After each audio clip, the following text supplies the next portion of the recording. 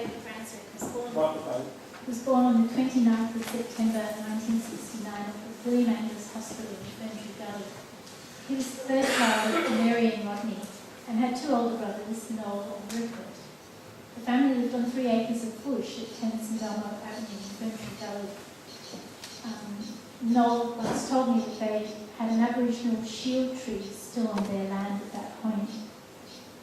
As a baby, Lachlan seemed happy and contented, and as Rupert and Noel were older and had started school, during the day Lachlan would play solitary games to amuse himself when he was not running around in his 3 acres. By the age of 3, he was an expert at Monopoly, playing as all 4 players and usually winning. When Lachlan was 4, the family moved to their new home at 8 Mountain Gate Drive, still in Ferntree Gully. Lachlan had severe asthma as a child and once was rushed to the Royal Children's Hospital late at night, where he ended up in intensive care.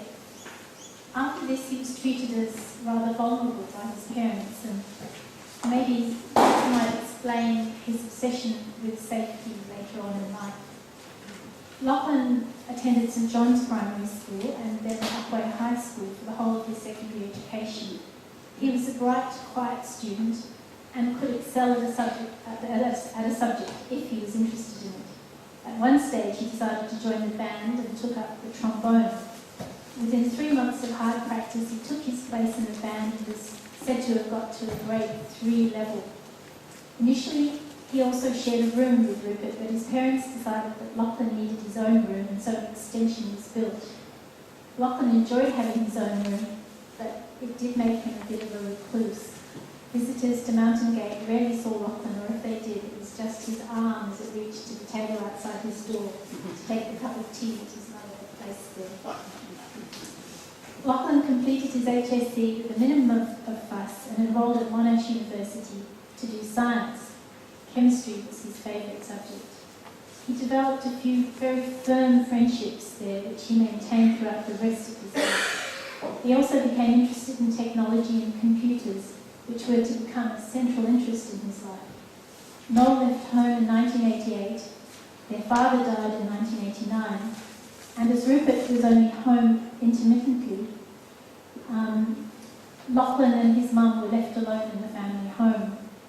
Lachlan started postgraduate studies in science at Monash, but they did not suit him, so he left his university studies and started to work at CSIRO as a research scientist in X-ray crystallography.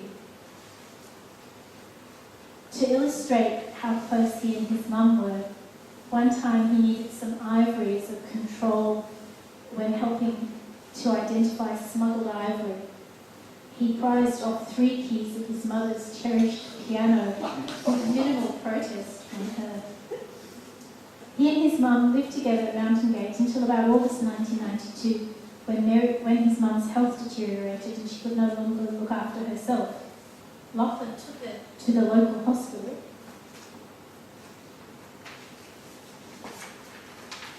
William Angus again, and they sent her home. Lachlan rang Noel and we moved Mum to a rehab hospital and then to our home, leaving Lachlan by himself in Ferntree Gully. Not long after, Lachlan asked if he could move in with us.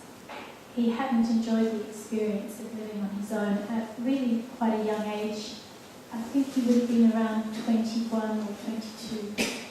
We had a very small spare bedroom which Lachlan moved into, and he stayed with us for the next 5 years. He seemed very happy while he was there. He worked hard at SARO, travelled a lot and became increasingly proficient at computers and with the internet. He shared our very large study and played, and I can remember him playing late-night games of Doom with Noel, Paul and Elias.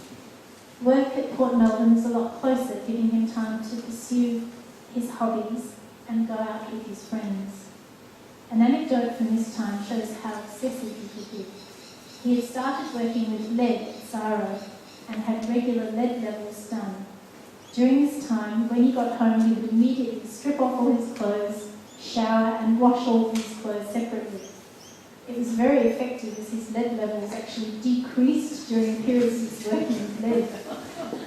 He also became very concerned about people in the developing world having access to X-ray crystallographic software, he started up the Nexus CD, which contains software and related websites, for his own money, and would send these around the world, again at his own expense. He loved computing and would regularly stay up to the early hours of the morning on the internet, downloading large websites for his CD. Over this time, he became part of our family, joined us for meals and helped in the raising of our daughter Bernadette, especially encouraging her to have table manners, which are now, of course, impeccable. In about 1996, after a long overseas trip, including a stay at Queen's University in Canada, Lachlan seemed to fall out with the administration of CSIRO. He subsequently resigned and started consulting privately to mining companies around Australia who were using X-ray crystallography. He also started travelling to countries such as Cuba, where he would distribute his software. He became obsessed with Cuban cigars and would bring many samples back, although he did not smoke. In 1998, Lachlan was offered a position in the UK on the CCP-14 project. By this time, he was well on the way to becoming the world's expert on X-ray crystallography software and its distribution. In the UK, he initially lived in Daresbury in the Midlands, which he described as grey and bleak. He then moved to London and lived on an annual salary of less than £20,000. If anyone who's lived in London knows that that would be hard work. He lived in a typical London flat. The ceiling fell in on him twice, and he had to put coins in a meter for heating. Eventually, he became physically quite unwell. He also started to have a falling out with his administration at Bloomsbury, where he was working. Noel visited him at that time and was very worried about him and encouraged him to look at moving, perhaps back to Australia. Lachlan was offered 2 jobs in North America almost simultaneously, and after a small amount of deliberation, took the job at Deep River, Canada, using neutrons generated by the Chalk River nuclear reactor for his research.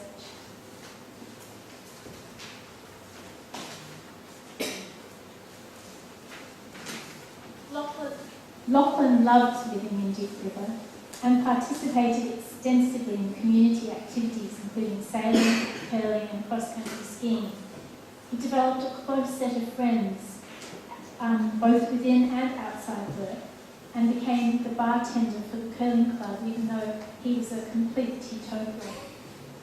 However, in about 1996, Lachlan became concerned that there were safety breaches around the handling of radioactive materials that they were experimenting on. Lachlan's initial concerns were dismissed by the bureaucracy, but he was, as always, persistent and caused some grief to his boss until an external investigation was undertaken. During this time, Lachlan thought that he was going to be sued over his complaint by his boss and became very unhappy. Eventually, of course, his concerns were validated and things were changed, and he cheered up again. He was always fascinated by the obscure and absurd. While in Deep River, he became a bishop, ordained for a few dollars over the internet. It is still difficult to believe that Lachlan is dead.